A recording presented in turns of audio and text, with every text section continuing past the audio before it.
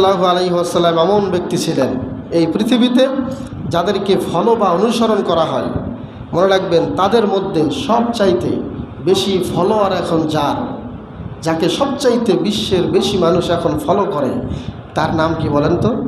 মুহাম্মদ রাসূলুল্লাহ সাল্লাল্লাহু আলাইহি ওয়াসাল্লাম। হয়তোবা আমরা জন্মর দিক দিয়ে ইসলাম ধর্মে এসেছি, তো এই জন্য নবীর গুরুত্ব আমরা বুঝি না। কিন্তু আসলেই যারা বিধর্মী ইহুদি খ্রিস্টান, তারা আমাদের নবীকে গোপনে গোপনে ঠিকই ফলো করে, আমরা এটা বুঝি না।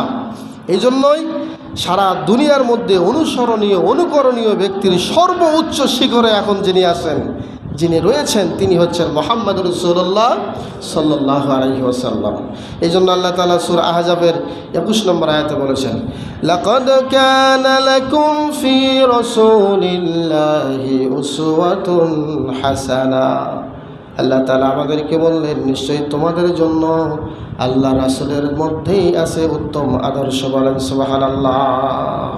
তার চেয়ে অনুসরণীয় অনুকরণীয় ব্যক্তি আর কেউ নন। আমি আগেই বলেছি, তিনি শুধু মুসলিমদের নবী নন, তিনি আরববাসীদের জন্য নবী নন। তিনি আরববাসীদের জন্য শুধু রহমত হয়ে আসেন নাই, তিনি গোটা বিশ্বের জন্য রহমত স্বরূপ প্রেরিত হয়েছেন। বলেন সুবহানাল্লাহ। এ প্রসঙ্গে আল্লাহ তাআলা ইরশাদ করেছেন, ওয়ামা আরসালনাকা ইল্লা রাহমাতাল লিল আলামিন। সূরা আম্বিয়ার 107 নম্বর আয়াত। হে নবী, আমি আপনাকে সারা বিশ্বের জন্য রহমত হিসেবে প্রেরণ করেছি। এটাও আল্লাহর বাণী। সুতরাং তিনি গোটা বিশ্বের অ্যাসেট।